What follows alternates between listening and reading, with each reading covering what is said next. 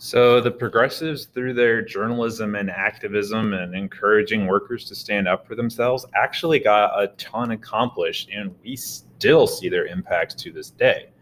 Um, the Sherman Antitrust Act is an act passed by Congress that will prevent any business structure that will restrain trade, not allow competition. This directly took down John D. Rockefeller and his practice of putting people out of business just because he didn't want to have competition. You are not allowed to have a monopoly. You are not allowed to own all the market. Now, there was also something called the Clayton Antitrust Act, which will expand upon the Sherman Antitrust Act. This will exempt unions because the tricky thing about a union is that is seen as kind of monopolizing labor. So the Clayton Antitrust Act would keep unions exempt from the Sherman Antitrust Act, and it also prevented price fixing. And price fixing was something where companies would get together, and if they sold a similar product, they would decide themselves what to charge rather than allowing markets to decide what to charge. It's supposed to be supply and demand dictates price. But when companies set what they want you to pay, that's not fair to the consumer. The Federal Reserve System is also established. This was a way to regulate our money supply in the United States. Now, as far as social stuff, they cleaned up the factories, like Upton Sinclair wanted to get pointed out. So we see all sorts of consumer protections enabled. There was the Meat Inspection Act and the Pure Food and Drug Act. The FDA, the Food and Drug Administration, to this day is an organization that makes sure what goes into our bodies, what we consume, is clean and safe.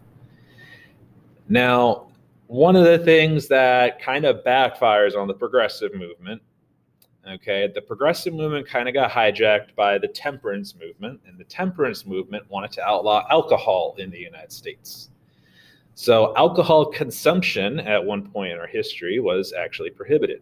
So prohibition. The 18th Amendment was better known as prohibition, and this only lasts for a few years when it gets replaced by the 21st Amendment. So you can't drink when you're 18, you can drink when you're 21. That's how you remember 18 and 21st. Now, as far as political, there was a lot of political things. You got to take out those corrupt politicians.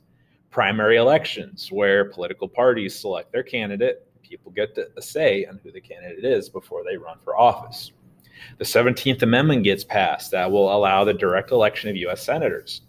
It used to be the governor of a state appointed the senators, and the governor could be corrupt, and he would just get corrupt senators.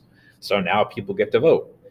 The 19th Amendment, hey, all the ladies out there, this gives the women the right to vote. Now, efforts to gain the right to vote were realized through the strong leadership of the women's movement by Carrie Chapman Catt and Alice Paul, and it will continue to be noticeable through women's wartime contributions during World War I.